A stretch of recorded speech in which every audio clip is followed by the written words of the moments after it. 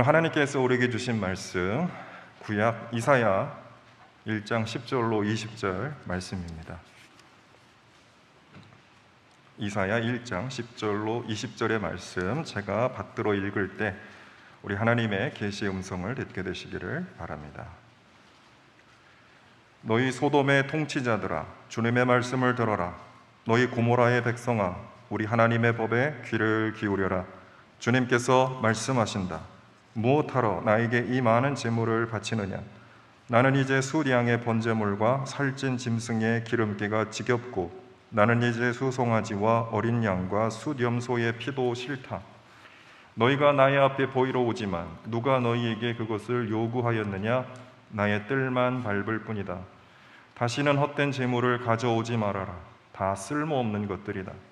분향하는 것도 나에게는 역겹고, 초하루와 안식일과 대회로 모이는 것도 참을 수 없으며, 거룩한 집회를 열어놓고 못된 짓도 함께하는 것을 내가 더 이상 견딜 수 없다. 나는 정말로 너희의 초하루 행사와 정한 절기들이 싫다. 그것들은 오히려 나에게 짐이 될 뿐이다. 그것들을 짊어지기에는 내가 너무 지쳤다. 너희가 팔을 벌리고 기도한다 하더라도 나는 거들떠보지도 않겠다. 너희가 아무리 많이 기도를 한다 하여도 나는 듣지 않겠다. 너희의 손에는 피가 가득하다. 너희는 씻어라. 스스로 정결하게 하여라. 내가 보는 앞에서 너희의 악한 행실을 버려라. 악한 일을 그치고 옳은 일을 하는 것을 배워라. 정의를 찾아라. 억압받는 사람을 도와주어라. 고아의 송사를 변호하여 주고 과부의 송사를 변론하여 주어라. 주님께서 말씀하신다. 오너라, 우리가 서로 변론하자. 너희 죄가 주홍빛과 같다 하여도 눈과 같이 희어질 것이며, 진홍빛과 같이 붉어도 양털과 같이 희어질 것이다. 너희가 기꺼이 하려는 마음으로 순종하면 땅에서 나는 가장 좋은 소산을 먹을 것이다. 그러나 너희가 거절하고 배반하면 칼날이 너희를 삼킬 것이다. 이것은 주님께서 친히 하신 말씀이다. 아멘. 제가 좀 보겠습니다. 방금 제가 소개를 받은 타이베이 한국교회 담임 목사로 지금 심을 하고 있고, 또 이제 송해 파송을 받았고, 우리 대학교에서 저를 또 주 파송교회로 저를 보내주셨습니다. 그래서 지금 7년하고 한 6개월 정도 지나가고 있습니다. 제가 대전에 제 인생에서 제일 오래 사는 곳입니다. 우리 아버지가 목회를 하셨기 때문에 어디 가서도 제가 6년 이상 살아본 데가 없어요. 대전이 이제 가장 오래 살았는데, 아마 조금만 더 지나면 이제 타이베이가 제가 가장 오래 산 지역이 되지 않을까, 이제 그런 생각을 해 봅니다. 이게 코로나 때문에 이제 3년 만에 처음으로 나왔습니다. 한국에 이제 격리가 없어져서 나왔고, 타이베이는 돌아가면 또 일주일 격리가 있습니다. 격리가 있고, 어쨌든 이 코로나가 끝나면 여러분 한번 또 대만에 방문해 주시면 좋겠습니다. 반가운 얼굴들이 있어서 정말 반갑습니다. 제가 이게 감정을 많이 자제하고 있는데 굉장히 반갑습니다. 반갑고, 어쨌든 우리 교회는 방금 우리 목사님께서 소개해 주신 대로 타이베이가 원래 대만이 한국 사람이 그렇게 많지는 않아요. 많지는 않고 한 5,000명 정도 이렇게 타이베이에 거주하는데, 우리 교회가 한인 단체 중에는 그래도 가장 큰 곳이라 중심이 되는 곳입니다. 또 선교 사역도 나름대로 이렇게 하고 있는데, 여러분 기도 많이 해주셔서 우리 교회가 타이베이 선교, 그리고 특별히 한인 선교에 앞장설 수 있도록 그렇게 기도해 주시면 좋겠습니다. 저는 여기에 99년부터 아마 2008년까지 10년 있다가 이제 인도네시아 선교사로 나가서 6년 있고, 그리고 이제 목회를 하고 싶어서 찾던 중에 이제 타이베이 대만으로 가게 됐습니다.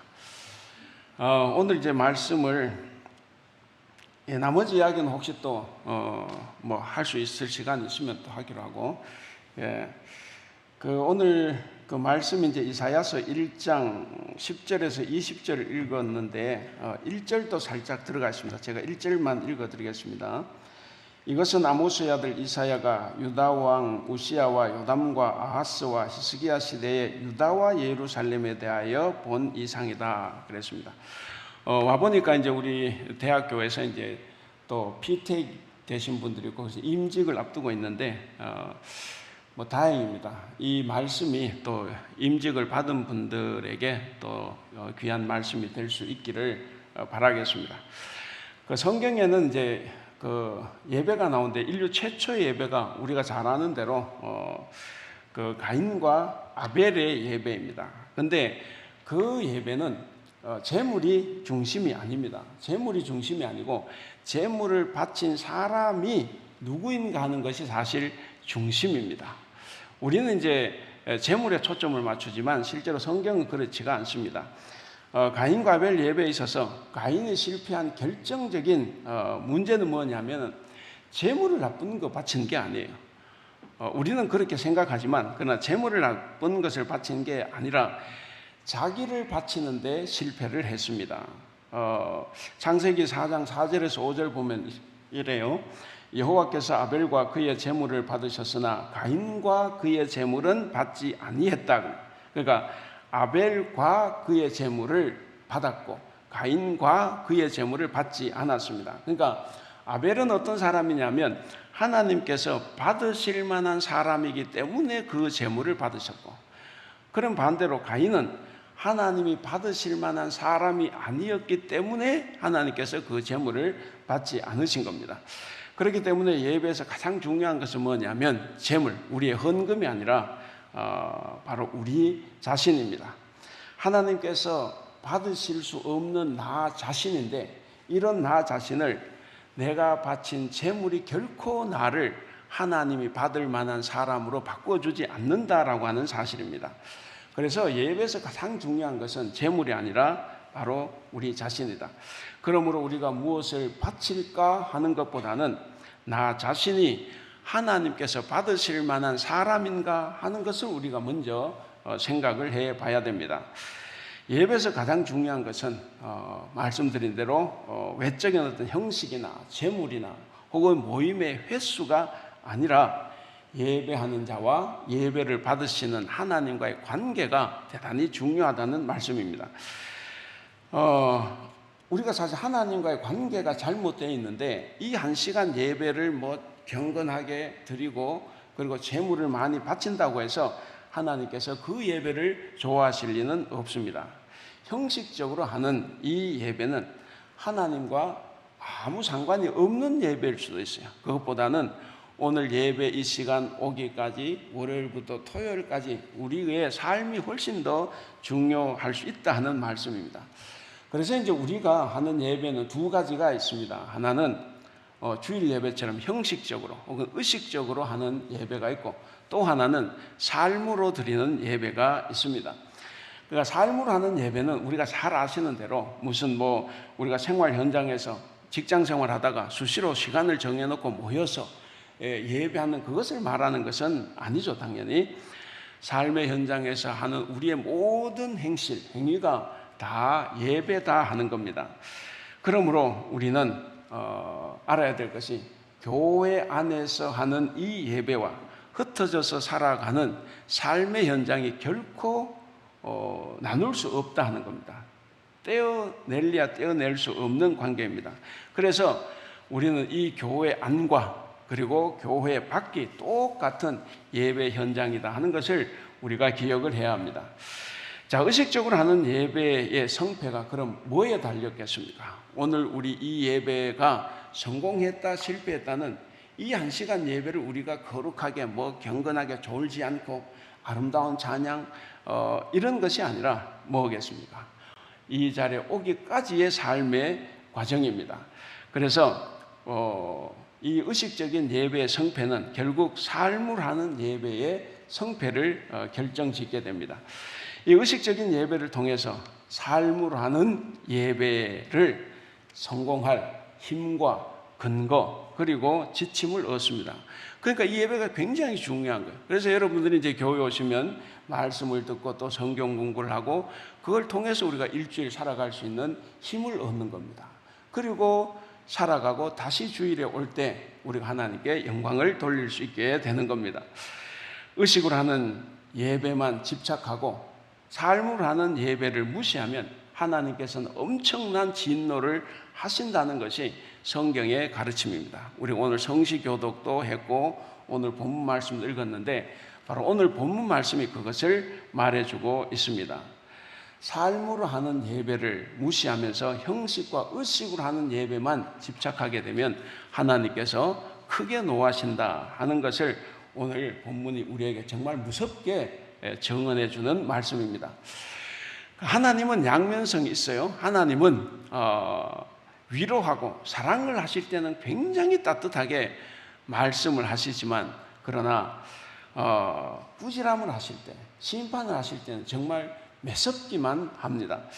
하나님이 얼마나 무섭고 매서운가 하는 것이 이제 오늘 본문입니다. 당시 유다 백성들은 예배를 철저하게 했어요. 오늘 우리 말씀 읽어봤지 않습니까?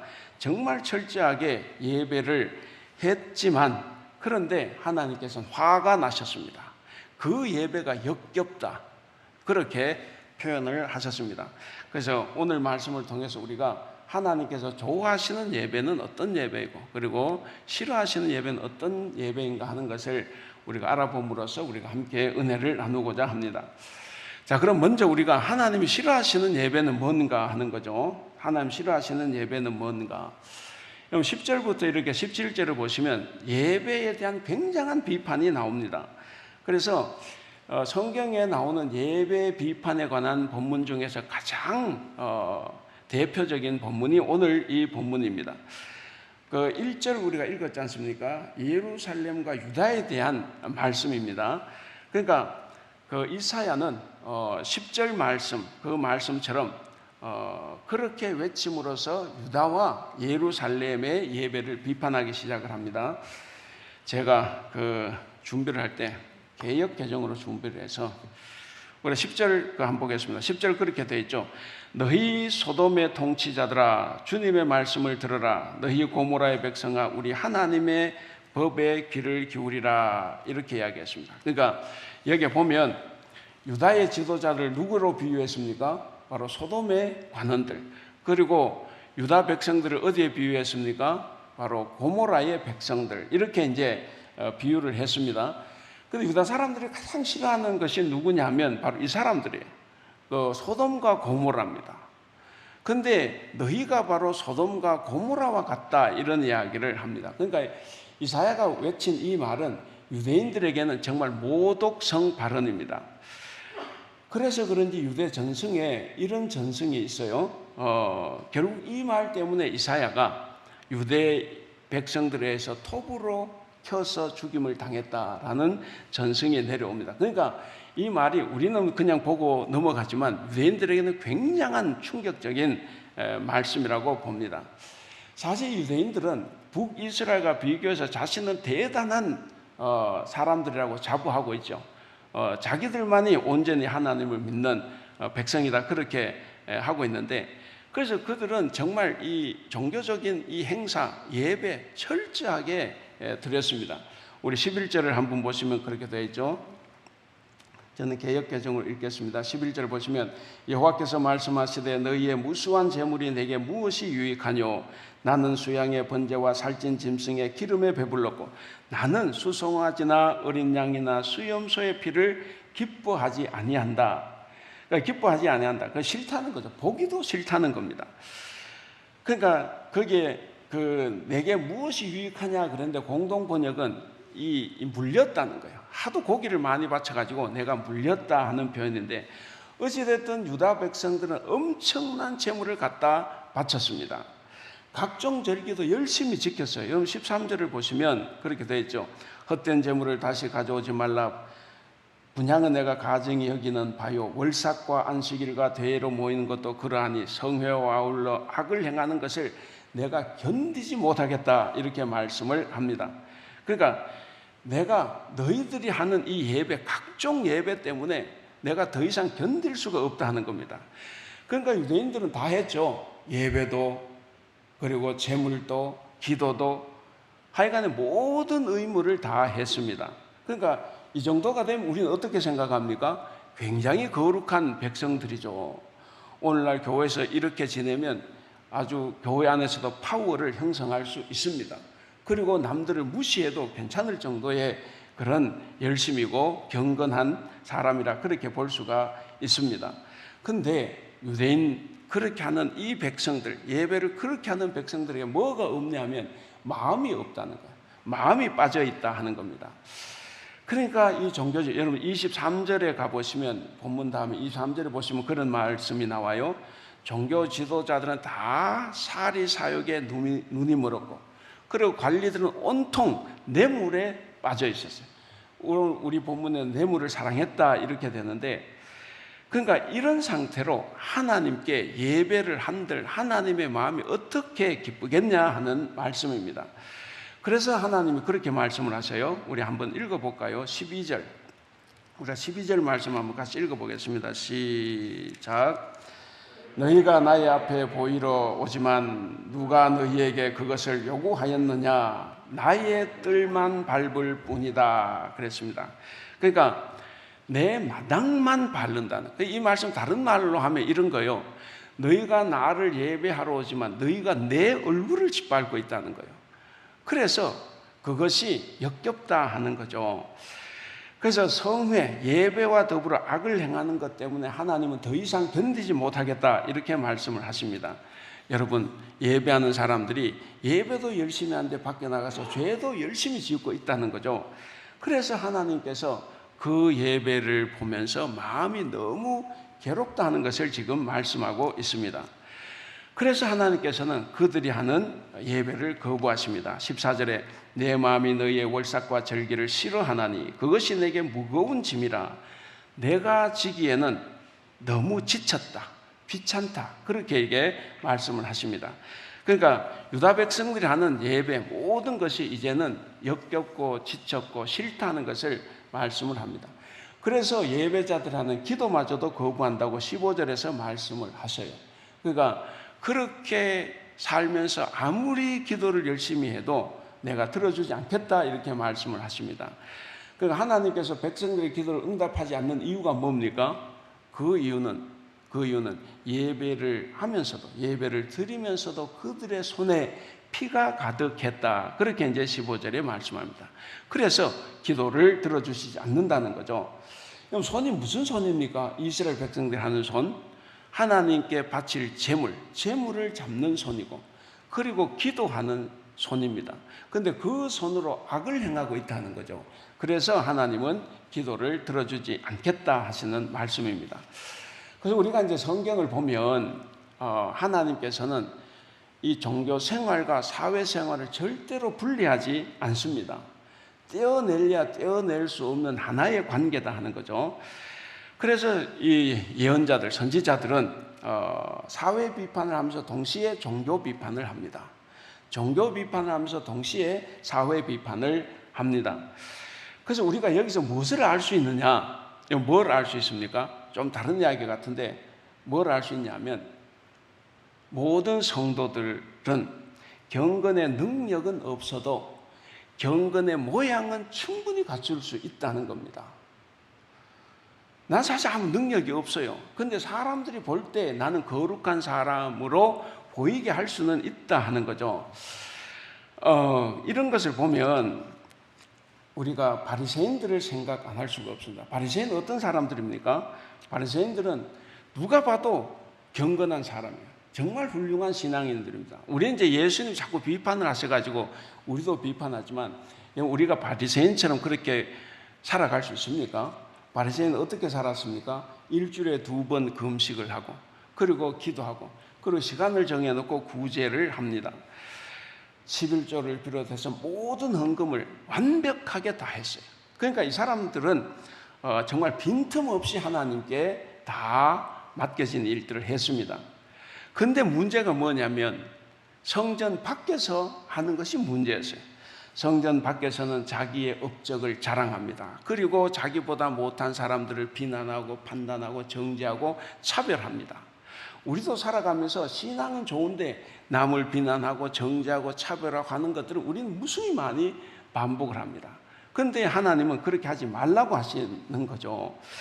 그래서 이 사람들이 성전 밖에서는 그런 하나님의 사랑과 반대되는 일을 무차별적으로 행했다 하는 거죠. 자, 그러면 오늘 우리는 어떤가? 우리의 모습은 어떻습니까? 저와 우리의 모습, 우리도 그런 죄를 범할 수 있다 하는 거죠. 저도 목사지만 이렇게 앞에서 말씀을 전가하지만 저도 밖에 나가면 죄를 범할 수 있다 하는 겁니다. 우리는 그것을 늘 기억을 해야 됩니다. 나도 죄를 지을 수 있고 또 죄를 짓고 있습니다. 여러분 교회 나올 때마다 기도하지 않습니까? 기도할 때 다 회개하죠. 회개라는 건 뭐 내가 잘못했기 때문에 회개를 하는데, 근데 왜 남의 죄를 가지고 그렇게 비난하고 차별하고, 이것은 우리가 하나님의 말씀에 벗어나는 거다, 그렇게 볼 수가 있습니다. 경건의 능력은 없어도 경건한 척은 우리는 충분히 할 수가 있습니다. 세상에서는 온갖 악을 다 저지르면서도 교회에 와서는 거룩한 척 행동할 수 있습니다. 그래서 주님께서는 그런 사람들에게 뭐라고 합니까? 바로 10절 말씀이에요.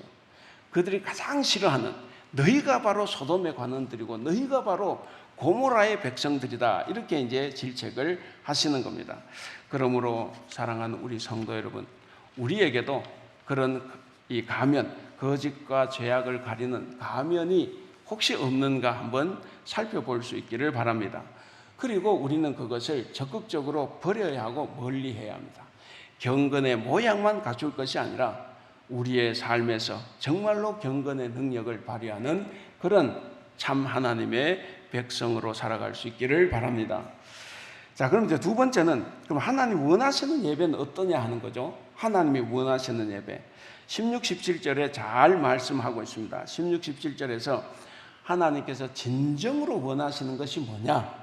내 마당만 밟으로는 그런 예배가 아니라 뭐라고 합니까? 16절, 17절 같이 한번 읽어볼까요? 시작. 너희는 씻으라, 스스로 정결하게 하여라. 내가 보는 앞에서 너희의 악한 행실을 버려라. 악한 일을 거치고 옳은 일을 하는 것을 배워라. 정의를 찾아라. 억압받는 사람을 도와주어라.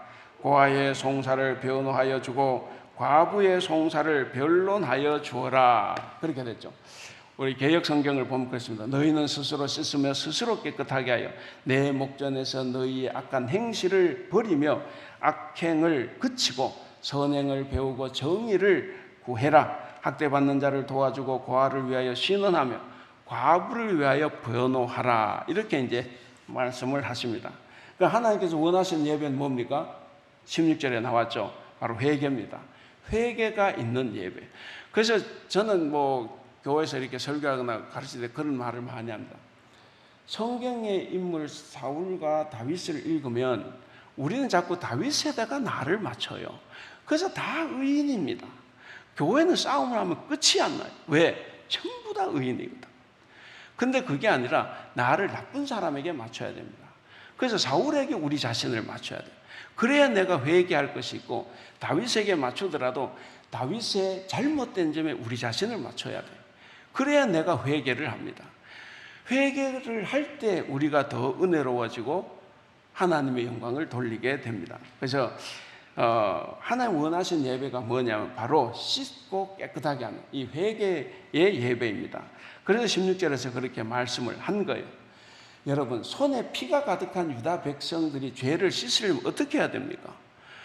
여러분, 우리 옷은 더러워지면 물에 씻으면 돼요. 물로 씻으면 되지만 이 죄는 씻어서 되는 게 아니라는 겁니다. 이것은 회개를 통해서만 깨끗하게 될 수가 있습니다.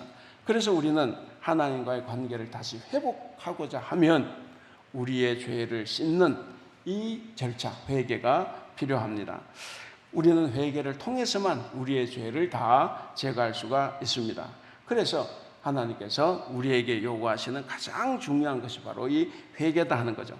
그러면 16절을 보시면 소극적인 회개예요. 근데 17절이 이제 적극적인 회개죠. 이게 이제 중요합니다. 그래서 하나님이 원하시는 예배 둘째는 뭐냐면 삶의 변화입니다. 간혹 그런 말을 많이 하죠. 저도 이제 뭐 어릴 때부터 아버지가 목회를 하시다 보니까 교회에서만 살아왔는데, 아니 저 사람 어떻게 30년을 믿고 40년을 믿어도 어떻게 성품 하나 변하지 않나 그래요. 그 왜 변하지 않습니까? 다 자기의 의가 큰 거죠. 회개를 제대로 안 하는 거죠.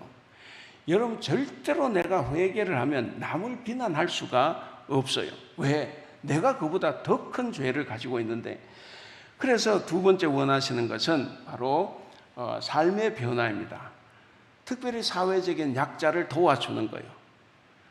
그들을 비난하고 정죄하고 차별하는 것이 아니라 그런 사람을 도와주는 거예요. 그래서 진정한 회개는 뭐냐면 우리 자신의 죄를 깨닫고 뉘우치고 그리고 하나님 앞에서 고백하고 용서를 구하는 겁니다.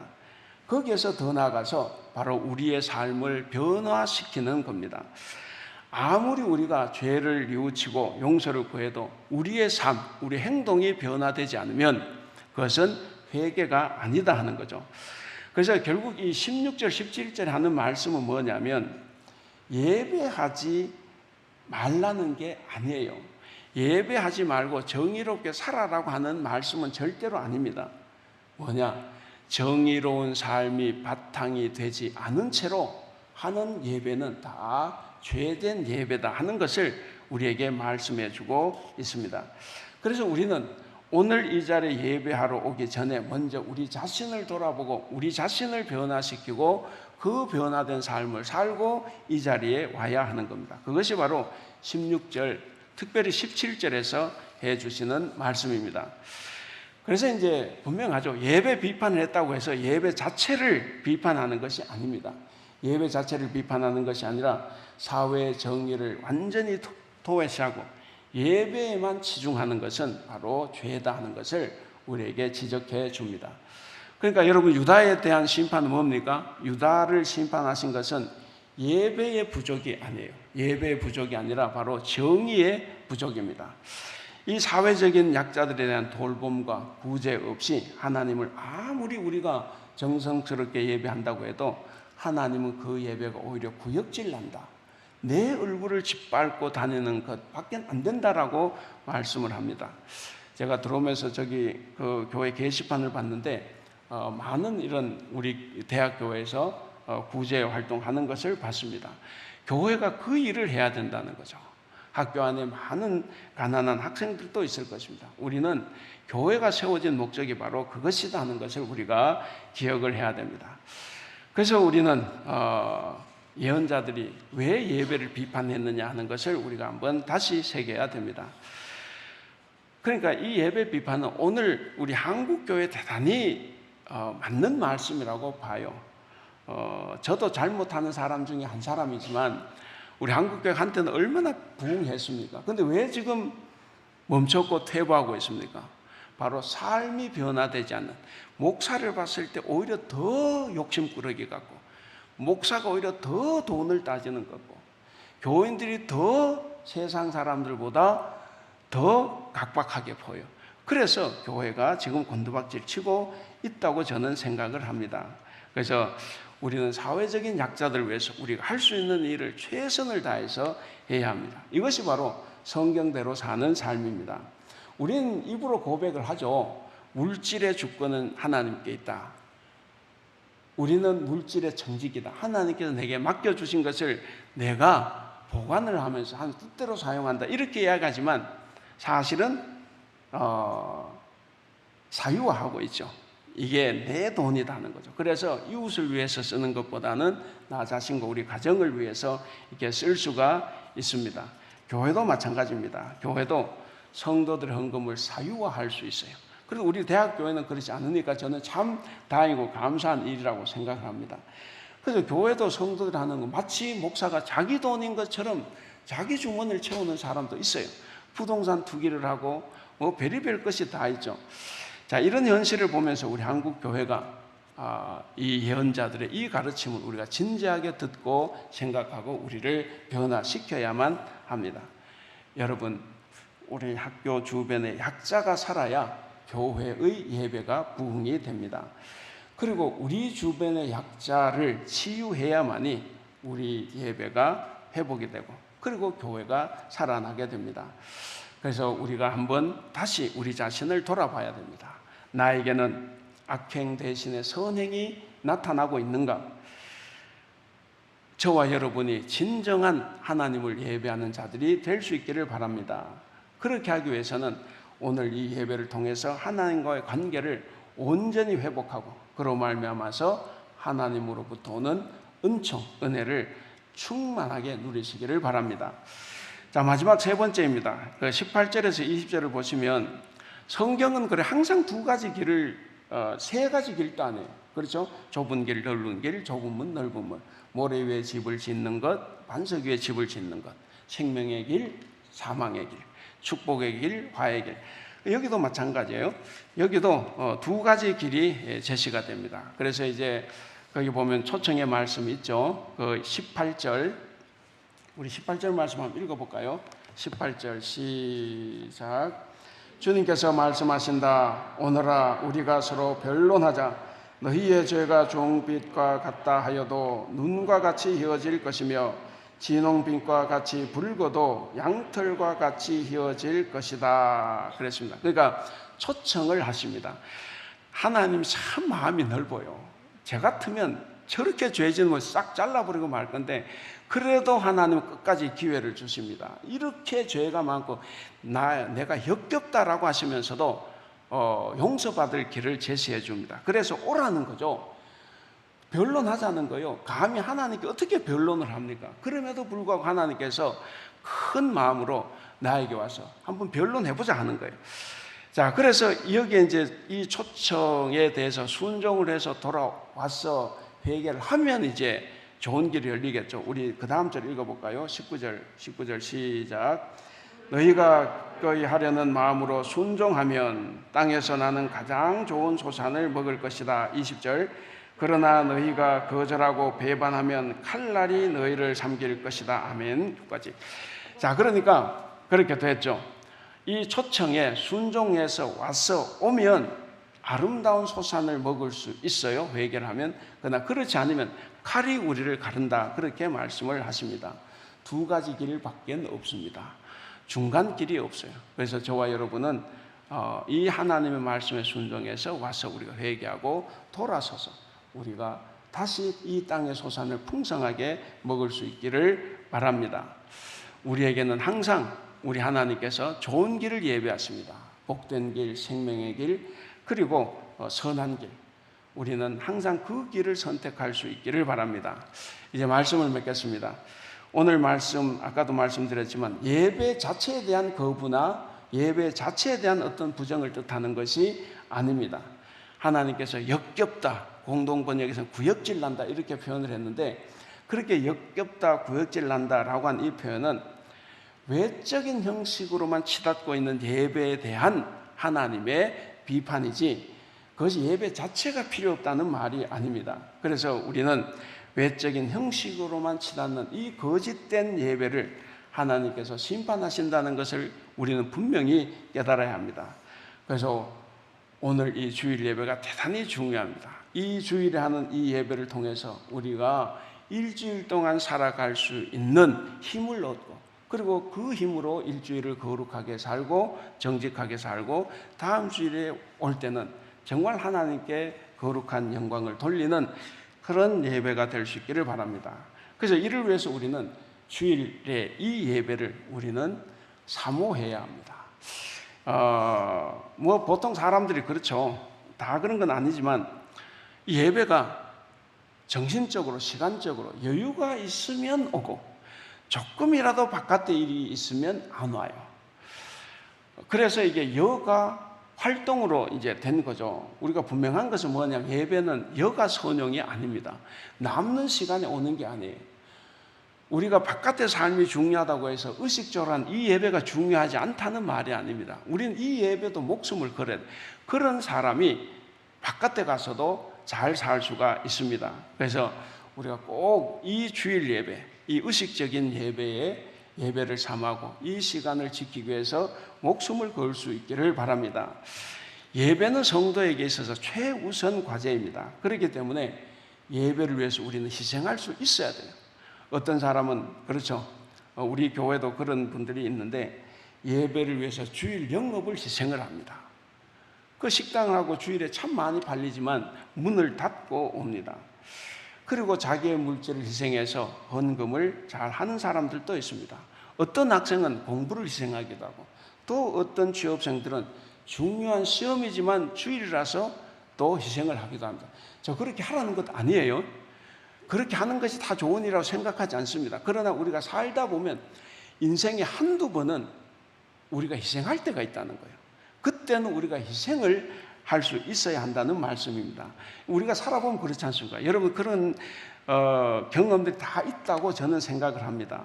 예배를 위해서 자신을 희생했을 때 하나님의 놀라운 은혜가, 생각지도 못했던 은혜가 우리 함께 한다는 것을 다 경험을 했을지 모릅니다. 그래서 참된 예배자는 결국 예배 안에서 시작된 이 예배를 교회 밖의 삶의 예배로 확장시켜 나가야 합니다. 그러므로 사랑하는 우리 성도 여러분, 우리는 이 주일 예배를 거룩하게, 그리고 정말 우리의 마음을 다해서 예배 드릴 수 있기를 바랍니다. 몸으로 하는 예배 굉장히 중요합니다. 이 예배를 통해서 우리가 삶의 예배가 될 수 있도록 노력해야 되겠습니다.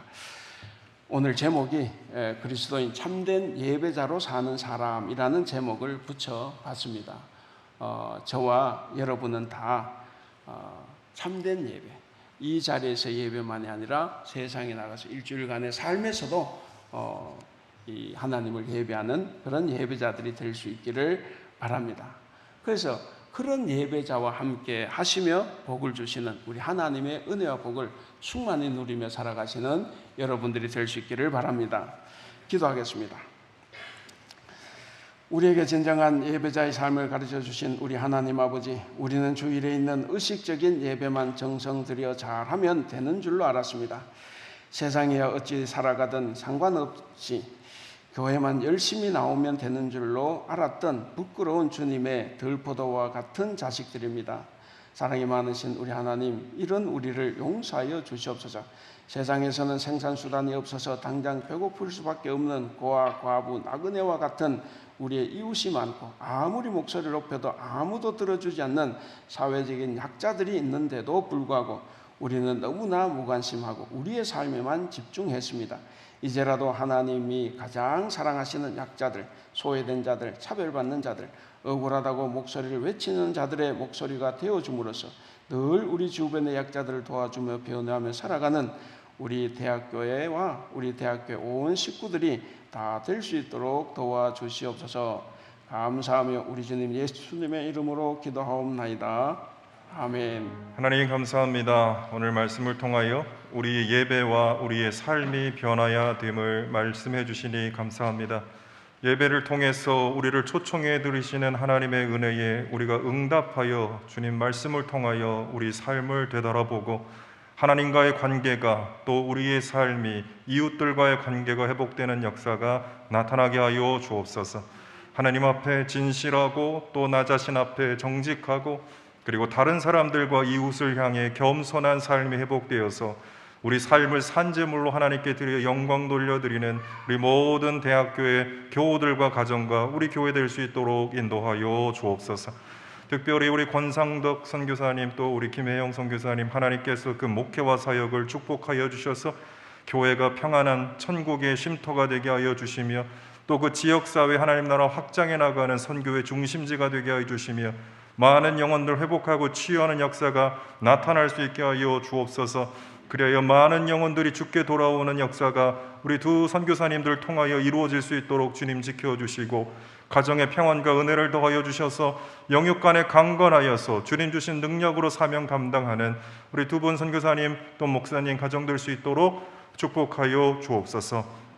우리 교우들 코로나로 경제적으로 어려운 가운데서도 정성껏 하나님께 예물을 드렸습니다. 우리가 많이 있어서 드린 것이 아니라 소중하고 또 하나님 앞에 감사한 마음으로 드린 이 예물을 하나님께서 기쁘게 받아 주옵소서. 11조와 감사헌금, 주정헌금, 월정헌금, 선교헌금, 구제헌금, 목적헌금 드려지는 예물들마다 하나님 뜻대로 사용되게 하여 주시고, 이 예물과 더불어 우리 삶이 함께 바쳐져서 하나님께 영광되게 하여 주시며, 물질 쓰여질 때마다 하나님 영광 나타날 수 있도록 주님 인도하여 주옵소서. 우리 교우들의 모든 기도의 제목을 주님께서 들어하시는 줄로 믿습니다. 사람들은 그 사정과 형편을 알지 못해도 하나님은 속속들이 알고 계시며 우리가 기대하고 예상한 것 이상의 길로 우리를 인도하심을 믿습니다. 하나님, 경제적으로 어려운 교우들을 위로하여 주시며 가정이 회복되게 하여 주시고 몸이 아픈 교우들, 가족이 아픈 교우들 하나님께서 강건케 하여 주시며 관계의 문제로 또 어려운 문제로 인하여 고통받는 우리 교우들의 가정을 회복하여 주시며 아버지, 진로와 취업과 출산과 또 결혼과 모든 삶의 문제 앞에서 간절히 기도하는 교우들을 주님께서 인도하여 주셔서 가장 선한 길로, 최선의 길로 인도하여 주시는 하나님의 살아계시는 은혜와 축복을 받아 누리고 고백하는 우리 모든 교우들 되게 하여 주옵소서.